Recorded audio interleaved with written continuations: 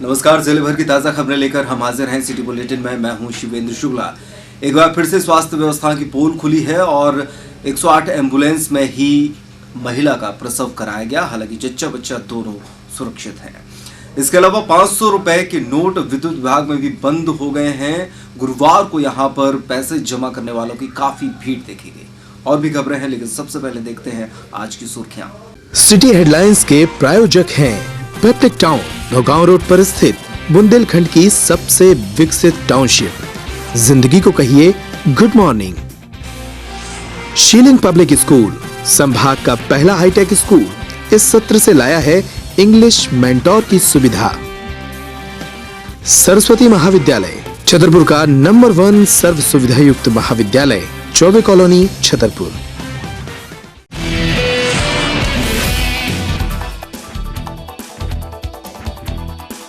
स्वास्थ्य विभाग में हो रही अनियमितताओं की एक बार फिर से खुली पोल। बरमीठा का स्वास्थ्य केंद्र बंद होने की वजह से 108 एम्बुलेंस में कराई गई महिला की डिलीवरी।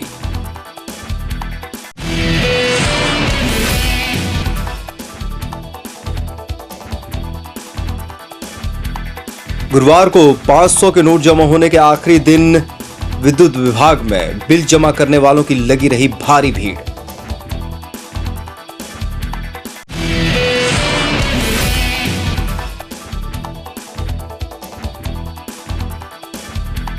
शहर में सभी एटीएम पर अभी भी नहीं मिल पा रहा पैसा। चुनिंदा एटीएम पर लोगों की लग रही भीड़।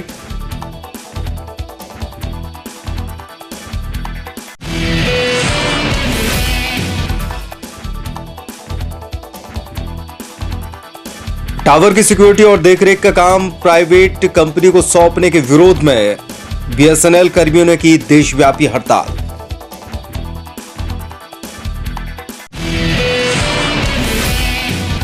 हेडलाइंस की बात करते हैं, खबरों का विस्तार। बरमीठा स्वास्थ्य केंद्र बंद होने की वजह से 2 घंटे तक महिला ने इंतजार किया, लेकिन इसके बावजूद जब स्वास्थ्य केंद्र पर कोई नहीं पहुंचा तो 108 एम्बुलेंस में जो लोग मौजूद थे उन महिलाओं की सहायता से एक प्रसूता महिला का प्रसव कराया गया। यहां पर व्यवस्थाओं की पोल खुलती नजर आ रही है। कई बार फोन करने के बावजूद जब स्वास्थ्य केंद्र में कोई नहीं आया तो मजबूरी वश जब लेबर पेन हुआ तो 108 एम्बुलेंस में ही प्रसव कराया गया। गौरतलब है कि जिले में इस तरह की तमाम घटनाएं हो चुकी हैं, बावजूद इसके लापरवाही अभी भी लगातार जारी है। सीएमएचओ डॉक्टर वीके गुप्ता का कहना है कि अगर सही कारण नहीं पाया गया तो उनके खिलाफ कार्रवाई की जाएगी। और अधिक जानकारी लेते हैं अपने रिपोर्टर लोकेश चौरसिया से। देखिए, बरमीठा का स्वास्थ्य केंद्र बंद होने की वजह से यहाँ पर एक गर्भवती महिला की एम्बुलेंस में ही डिलीवरी कराई गई है, जहाँ पर करीब 2 घंटे तक वहाँ परेशान रही। बावजूद इसके भी स्वास्थ्य केंद्र का ताला नहीं खुला था और अंततः जब गर्भवती महिला को पीड़ा अधिक हुई तो जो एम्बुलेंस का स्टाफ है, महिला स्टाफ, इनके द्वारा एम्बुलेंस में ही इसकी डिलीवरी कराई गई और एक स्वस्थ बच्चे को जन्म दिया गया। यहाँ पे हम आपको बता दें, लापरवाही होने की वजह से जो स्वास्थ्य केंद्र है उनके स्टाफ को सीएमएचओ विभाग द्वारा एक नोटिस जारी किया गया है और यहाँ पे कारण पूछा गया है किस कारण से यहाँ पे ताला बंद रहा। अगर कोई ठोस का कारण निकलकर सामने आता है तो यहाँ पे स्टाफ पर कार्रवाई की जाएगी। साथ ही यहाँ पे पूरे मामले की जांच की जा रही है और सीएमएचओ द्वारा एक नोटिस जारी करते हुए जवाब तलब किया गया है। यहाँ पे घोर लापरवाही जिस तरीके से सामने आई है तो कहीं ना कहीं जो गर्भवती महिलाएं होती हैं, पीड़ा के दौरान उन्हें काफ़ी दिक्कतें होती हैं और ये जो पूरा मामला सामने आया है ये बरमीठा क्षेत्र का मामला है। शिकायत 108 एम्बुलेंस भोपाल से प्राप्त की थी साहब को फ़ोन के द्वारा। तो साहब ने फिर फ़ोन लगाया डॉक्टर केंद्रा को। डॉक्टर केंद्रा ने बताया कि प्रभा पटेल की ड्यूटी है और प्रभा पटेल स्टाफ नर्स की ड्यूटी। तो वहाँ ये बताया गया कि वहाँ लॉक लगा हुआ है, 2 बजे का टाइम था। तो फिर सीएमएचओ ने एक नोटिस जारी किया उन लोगों के लिए और प्रभारी चिकित्सा अधिकारी से जवाब मांगा और उनकी सूची मांगी कि कल किसकी ड्यूटी थी। और उनके नोटिस में ये लिखा गया कि अगर आपका नोटिस संतोषजनक नहीं होता है तो आपकी सेवा समाप्त कर दी। एम्बुलेंस वाली कर्मचारियों ने ही उनकी डिलीवरी करवाई, एम्बुलेंस में ही डिलीवरी हो गई, हॉस्पिटल बंद था। इस तरह की लापरवाही देखने को मिली, लापरवाही समझती हूँ बात। बिल्कुल, हाँ लापरवाही समझती है, लापरवाही है और उनके अप्रेजल में नोट किए गए। हमारी बहू है। कहाँ पे हुई है डिलीवरी? रास्ता में। एम्बुलेंस में? हाँ एम्बुलेंस में ही। और अस्पताल में आप लेके आए तो उसमें क्या सुविधाएं दी गई आपको? कुछ नहीं दे रही, अस्पताल में कोई नहीं मिला हमें, ताला डाला तो।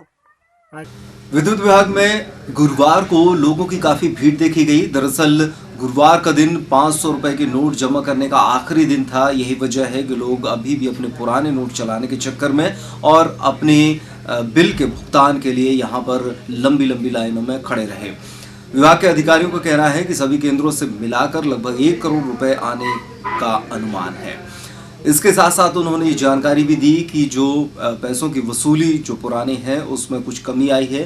हालांकि अधिकारी ग्रामीणों से चेक के माध्यम से, आरटीजीएस के माध्यम से पैसे लेने की समझाइश भी दे रहे हैं। इसके अलावा बैंकों में जाकर जो लोग पैसे देने के इच्छुक हैं उनसे बातचीत कर रहे हैं। साथ ही साथ हम आपको ये बता दें कि जब अधिकारियों से ये पूछा गया कि छतरपुर जिले में क्या कोई ऐसा गांव है जहां पर अभी भी विद्युत नहीं है, तो अधिकारियों ने बताया कि बक्सवाहा क्षेत्र में एक गांव अभी भी ऐसा है जो कि विद्युत विहीन है और चूंकि वो इस रिजर्व एरिया में आता है, पन्ना टाइगर रिजर्व के एरिया में आता है, जिसकी वजह से वहाँ पर विद्युत पहुँचाना अभी तक संभव नहीं हो सका। नोटबंदी लागू होने के बाद 10 नवंबर को फिर से अलाउ किया गया था कि बिजली के बिल में 500, 1000 के नोट लिए जा सकते हैं।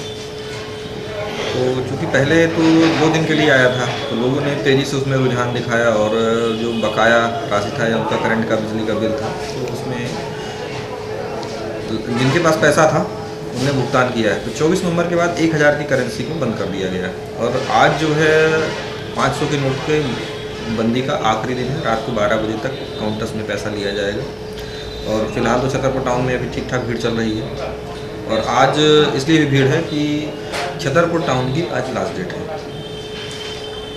उम्मीद है कि शाम तक 1 करोड़ रुपए पूरे जो हमारे डिस्ट्रीब्यूशन सेंटर हैं 13 जैसे नौगांव है, पालपुर, बड़ा वगैरह उसको मिलाकर आना चाहिए। वसूली में जो वृद्धि हुई है उसको तकरीबन 50% की वृद्धि को मान सकते हैं जी। और उसमें थोड़ी सी दिक्कत आई है कि किसानों ने अपना पैसा जो है बैंक में जमा करा दिया और उन्होंने शुरुआती दौर में ही जमा करा दिया। अब उनके पास पैसा नहीं है और बैंक से जो पैसे निकल रहे हैं वो 2000 या 1000 ही मिल पा रहे हैं। उन्हें टेम्प्रेरी कनेक्शन लेने हैं, स्थायी कनेक्शन में पैसा जमा करना है और इस सीज़न में ही उनको पैसा जमा करना पड़ता है।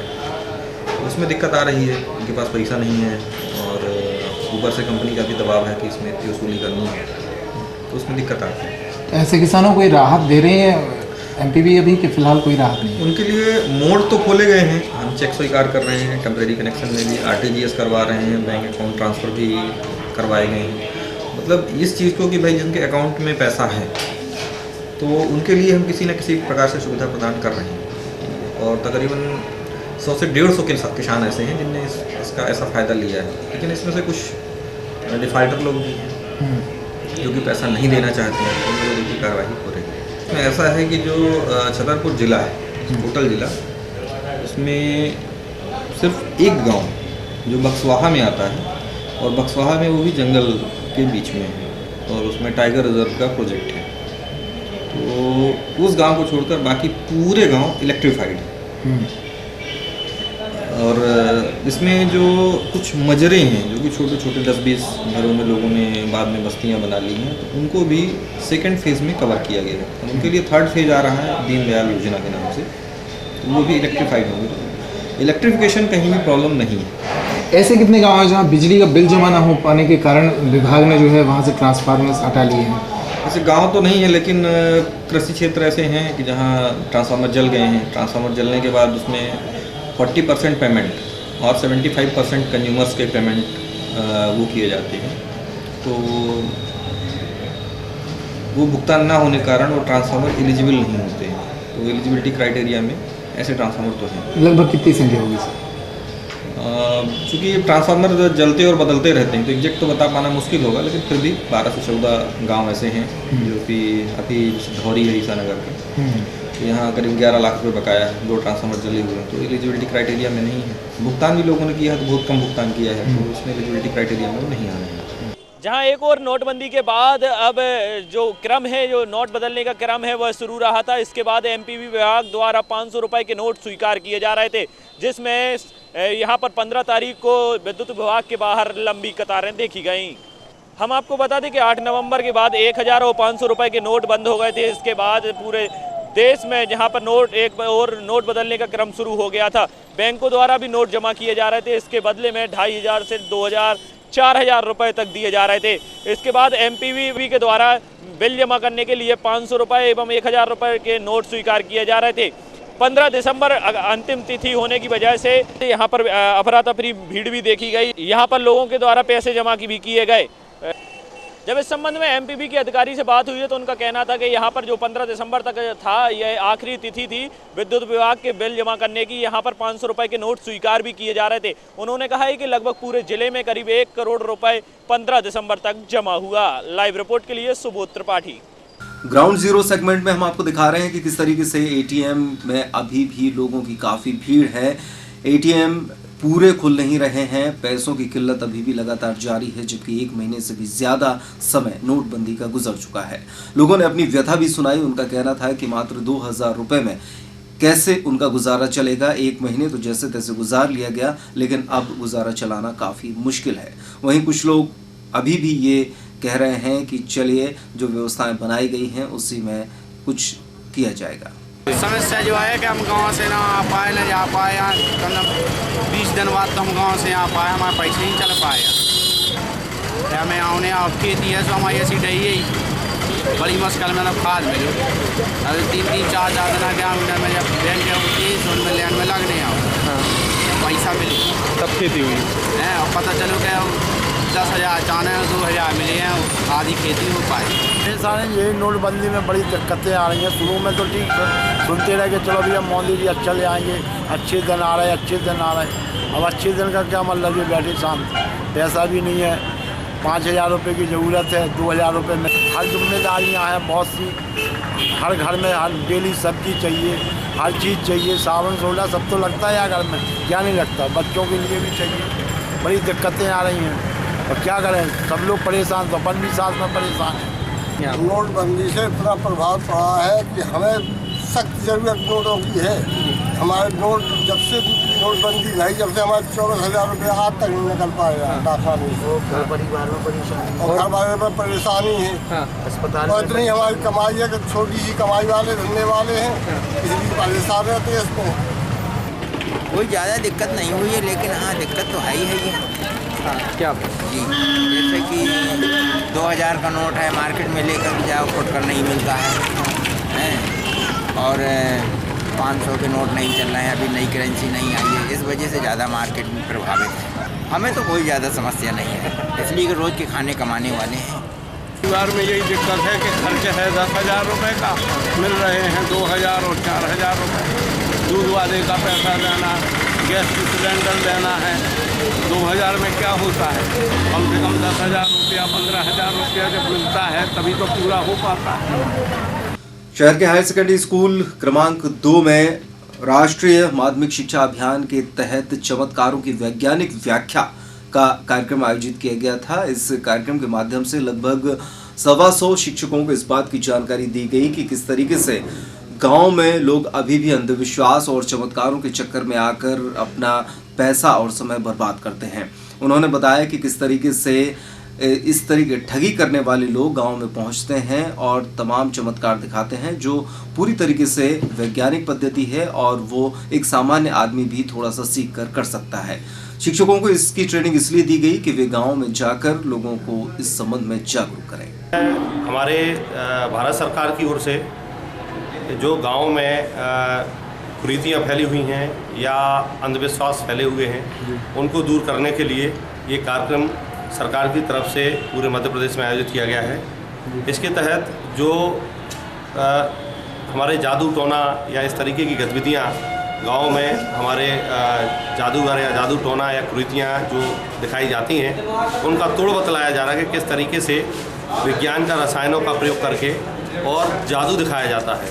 तो उन्हीं जादू को हमारा ये प्रयास है कि लोग बाग इन अंधविश्वासों से दूर आएँ और निश्चित रूप से समाज में विज्ञान को फैलाएं, जो उन्नति का आगे आधार बनेगा। अभी ये जिला स्तर पर है, इसके बाद ब्लॉक स्तर पर होगा, फिर हर विद्यालय पर जाएगा और गांव के जनप्रतिनिधियों को, गांव के जो हमारे नागरिक हैं, उनको सबको विज्ञान का संदेश पहुंचाया जाएगा।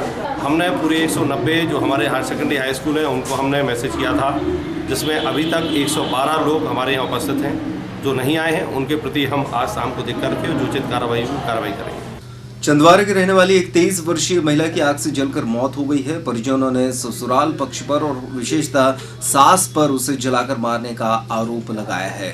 ससुराल पक्ष में मृतका के मामा ने यह आरोप लगाया है कि सास उससे जेवरों की मांग कर रही थी। उसने ये आरोप लगाया कि बहू जब मायके गई तब जेवर वहां पर रख कर आई है और तब से लेकर ये स्थिति बनी हुई है। पति जब खेत पर था तब ये घटना हुई, उसे जिला अस्पताल लाया गया, लेकिन जब तक उसकी मौत हो चुकी थी। अपने मन से छुआ ली है 6 बजे, अपने मन से छुआ ली। लड़का हार में डरो, अब मैं मुँह दुआवर पूरा का भगा दो, सपना पड़ी रहा मैंने आगे 6 में कती से पड़ी रहा। वो कोई नहीं है, वही को बहू नहीं, कोई नहीं, न लड़का न बिटिया, यही लड़का बहू। ये इनका आपस में सास बहू का झगड़ा हुआ, ऐसा उनकी सास का कहना है। और बच्ची का कहना है मुझे 3-4 दिन से भोजन नहीं दिया, झगड़ा के कारण बंद रखे रहे। और जो बच्ची ने बयान दिए हैं, बच्ची का कहना ये है कि इन्होंने मेरे ऊपर मिट्टी का तेल डाला और ज़बरदस्ती जला दिया। बच्ची से इनका कहना ये था कि आप जेवर कहाँ डाले हो। बच्ची का कहना ये था कि जो जेवर था यहीं है, मैं कहाँ ले गई हूँ। और ये कह रही थी नहीं आप मायके में रखाई हो, जबकि मायके में जेवर है नहीं है। ये इनकी सास का कहना था। इनका विवाद इस बात का था। हमें तो यही लगता है कि इन्हें जान के मार दिया। बीएसएनएल कर्मियों ने पूरे देश भर में एक दिवसीय हड़ताल का आह्वान किया था। यह हड़ताल जो बीएसएनएल के टावर्स हैं उनको एक प्राइवेट कंपनी को सौंपे जाने के विरोध में थी। उनका ये कहना था कि अगर इस तरीके से चीजें शुरुआत हो गई तो धीरे धीरे पूरी कंपनी का भी प्राइवेटाइजेशन कर दिया जाएगा, जो कि कर्मचारियों के हितों के विरुद्ध है। 2 कंपनियां बनाना चाह रहा है पैरेलल में, एक बीएसएनएल टावर सब्सिडरी कंपनी बनाना चाह रहा है। उसके विरोध में आज पूरे भारत में स्ट्राइक कॉल की गई थी, जो 100% सफल रही है। हम इसको किसी भी तरीके से बनाने नहीं देना चाह रहे हैं। ये संयुक्त मोर्चा की हड़ताल थी जिसमें सभी यूनियन एक साथ है, जिसमें एसएनईए है, बीएसएनएलयू है, एनएफटी है, एआईबीएसएनएल है। हम सबका पुरजोर विरोध करते हैं। ये कंपनी किसी भी हालत में नहीं बननी चाहिए, क्योंकि इसमें हम सब लोगों का भविष्य दांव पे लगा हुआ है। ठीक, इस कंपनी के बनने से आगे चल के बीएसएनएल प्राइवेटाइज भी हो सकता है। ठीक है, इसलिए हम सब लोग इसका विरोध करते हैं। बीएसएनएलयू, एसएनईए, हमारे 4 यूनियन हैं, सभी एक हैं और पूरे भारत में हम लोगों ने आज स्ट्राइक की है और सभी 100% स्ट्राइक में हैं। टावर कंपनी को कभी बनने नहीं देंगे, ये हम लोगों की मांग है।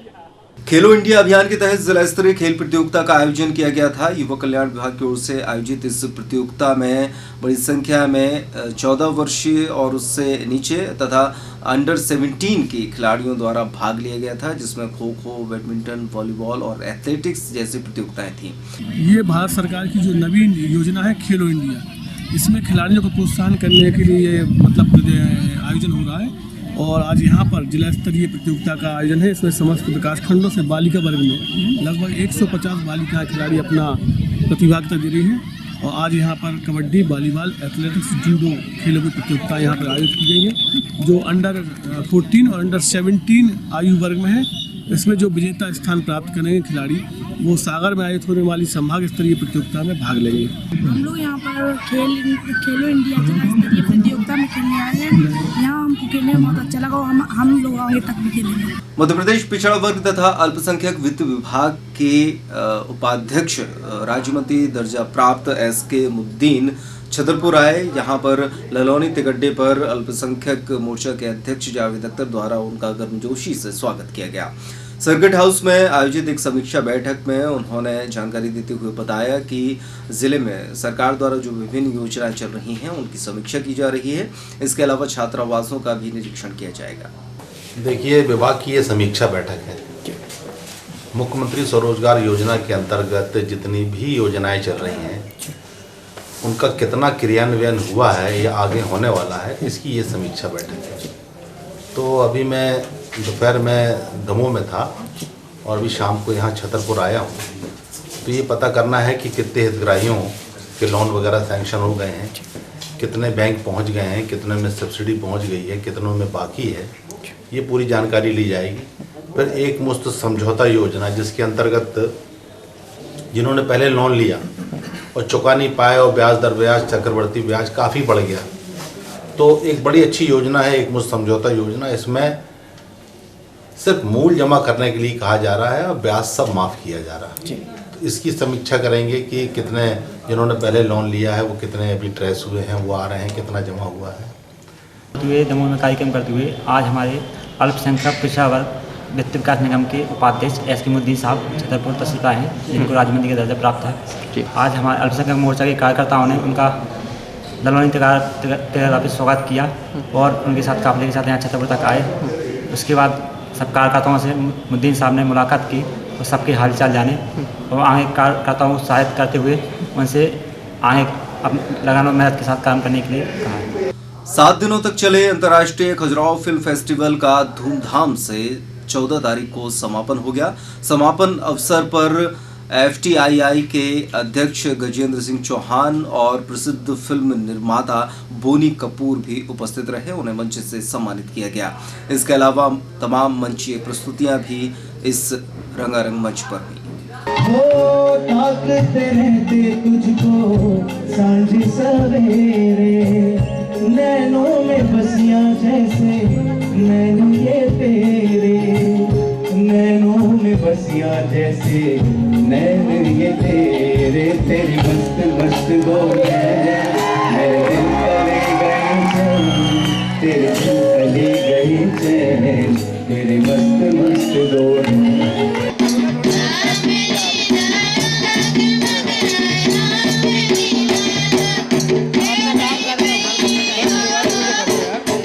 हमने जब ये प्रोग्राम 8 से 14 शुरू किए तब देश के और प्रदेश के हालात ऐसे नहीं थे जैसे आज हैं। ना तो संसद में व्हिप जारी हुआ था उस वक्त कि 14, 15, 16 को हर सांसद को वहां रहना है। हमें राजनाथ सिंह जी ने 14 तारीख को आने की बात कही थी, मेरे पास लेटर है और इसलिए मैं घोषणा करता रहा कि समापन के दिन जरूर निश्चित राजनाथ सिंह जी आएंगे। आज 8:30 बजे उन्होंने कहा नहीं हो सकता है क्योंकि यहाँ व्हिप जारी हुआ है, संसद के हालात ठीक नहीं और हमें वहां पर रहना है। तो इसमें मेरी कोई गलती नहीं है। राजनेता वादा करें और ना आए इसके लिए मैं दोषी नहीं हो सकता। मैंने उन्हीं लोगों के आपके सामने नाम रखे, उन्हीं के बारे में आपको जानकारी दी जिन्होंने मुझे आश्वासन दिया। सीएम साहब ने खुद कहा था कि मैं आऊंगा और आज पूरी की पूरी संभावनाएं थी, लेकिन आपको भी पता है राजगढ़ में एक ट्रक एक्सीडेंट हुआ, एक ट्रक ने एक मिनी उसको स्कूटर को कुचला, उसमें 13 लोग मारे गए हैं और बहुत सारे लोग घायल हैं गंभीर अवस्था में। राजगढ़ में माननीय सीएम साहब गए हैं, उन्होंने मोबाइल पे कहा कि मुझे दुख है और उन्होंने कहा कि तुम्हारे अतिथियों से मैं बात करूंगा और उनसे मैं क्षमा मांगूंगा। हमने कवि सम्मेलन भी किया, हमने मुशायरा भी किया, हमने इसी मंच से नाटक भी दिखाए, हमने इसी मंच से पेंटिंग भी दिखाई और हमने इसी मंच से नामचीन कलाकारों के साथ अपने छोटे छोटे बच्चों को माही सोनी से लेके बड़े बड़े बच्चों तक इसी मंच से मौका दिया। तो ये पूरा का पूरा प्रोग्राम बिल्कुल अलग शेप में जा रहा है और मैं यही चाहता हूँ, ये प्यार, ये खुलूस और ये आपकी हमदर्दी इस प्रोग्राम के साथ रहे, मेरे साथ रहे या ना रहे। बस की टक्कर से एक युवक घायल हुआ है जिसे जिला अस्पताल में इलाज के लिए भर्ती कराया गया है। बताया जा रहा है कि ये युवक बाइक से मऊ सहानिया से नौगांव जा रहा था, तभी नवोदय विद्यालय के सामने एक बस ने टक्कर मार दी। गाड़ी से माने उन्हें मार दी, सुधर गए। कहाँ से कहाँ जा रहे थे? नौगांव से मऊ सहानिया से नौगांव जा रहे। तो किसने टक्कर मार दी? बस वाले। अतरार से आए हुए शैलेंद्र तिवारी नाम के एक शख्स ने पुलिस अधीक्षक को ज्ञापन सौंपा है जिसमें कहा गया है कि लगभग 3 महीने पहले उसके बेटे मनीष की हत्या कर दी गई थी। उसने संदिग्ध आरोपियों के नाम भी पुलिस अधीक्षक को सौंपे हैं। उनका कहना है कि जमीनी विवाद के चलते उसके पुत्र की गला घोंटकर मुंह दबाकर हत्या कर दी गई थी। इस मामले में आरोपियों की गिरफ्तारी की मांग और पूरे मामले की विवेचना की मांग की गई। बेटा खत्म, बेटा मार दिया जी मेरा, मुन्ना रेगवार और उसका लड़का गौतम उर्फ गोलू। कब घटना हुई थी? कितने दिन पहले? 3 सितंबर को और दिन के 1 बजे। जी मेरा न्याय मिलना चाहिए, मेरी जमीनी जमीन जो बनवा जमीन थी, जमीन भी चली गई और सब 9 तारीख का मतलब गवाही लगनी थी, 3 तारीख को जी कांड किया।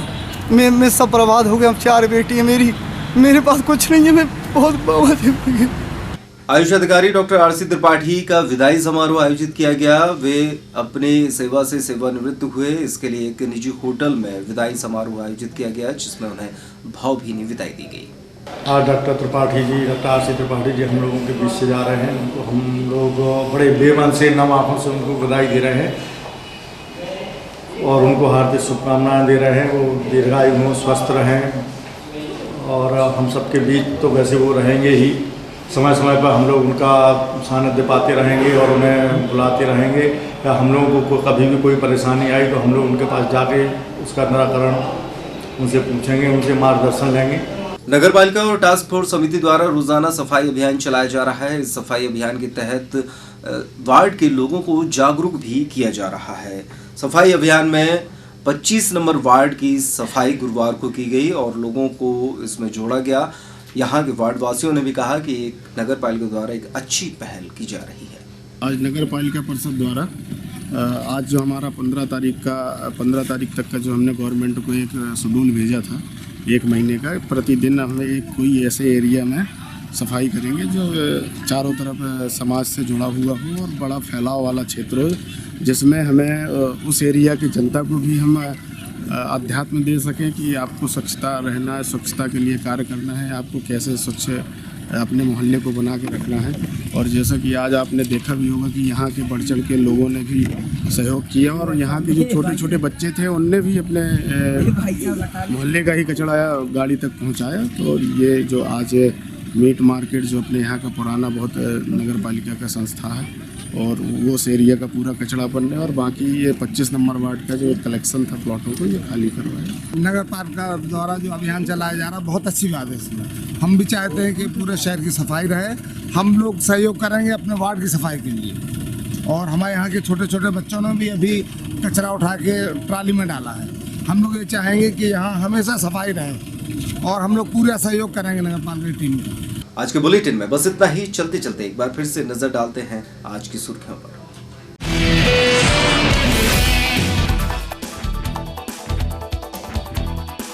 स्वास्थ्य विभाग में हो रही अनियमितताओं की एक बार फिर से खुली पोल। बमीठा का स्वास्थ्य केंद्र बंद होने की वजह से 108 एम्बुलेंस में कराई गई महिला की डिलीवरी।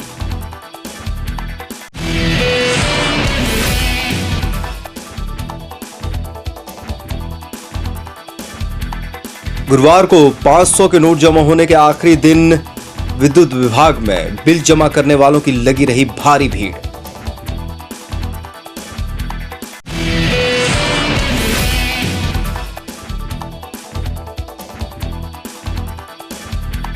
शहर में सभी एटीएम पर अभी भी नहीं मिल पा रहा पैसा। चुनिंदा एटीएम पर लोगों की लग रही भीड़।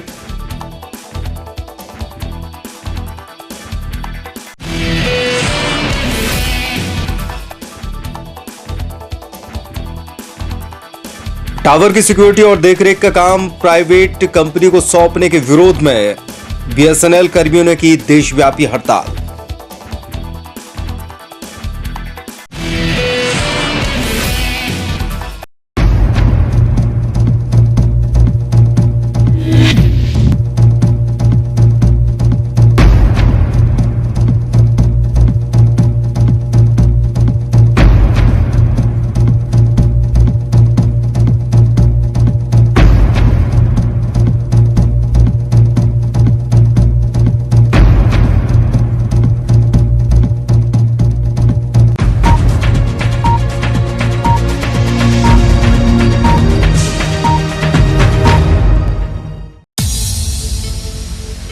जो अब तक नहीं हुआ वो अब होगा।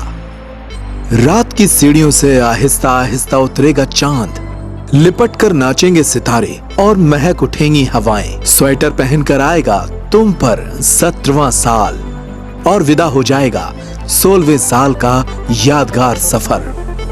जो अब तक नहीं हुआ वो अब होगा। तो तैयार हो जाइए नए साल के जश्न के लिए। Food park JP paradise Peptech town ला रहा है साल का सबसे बड़ा जश्न। शनिवार 31 दिसंबर की रात मुझे लगा 17वां साल। फूड्स,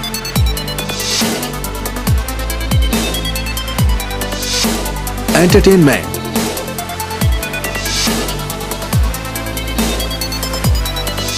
और celebration.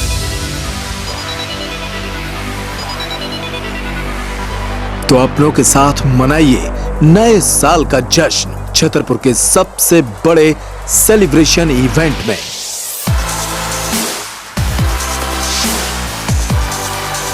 Limited entries, contact hurry up. The food park, JP cinema campus, Peptech town, Naugaon road, Chhatarpur. Contact for registration 7089 111 222 966 966 6939।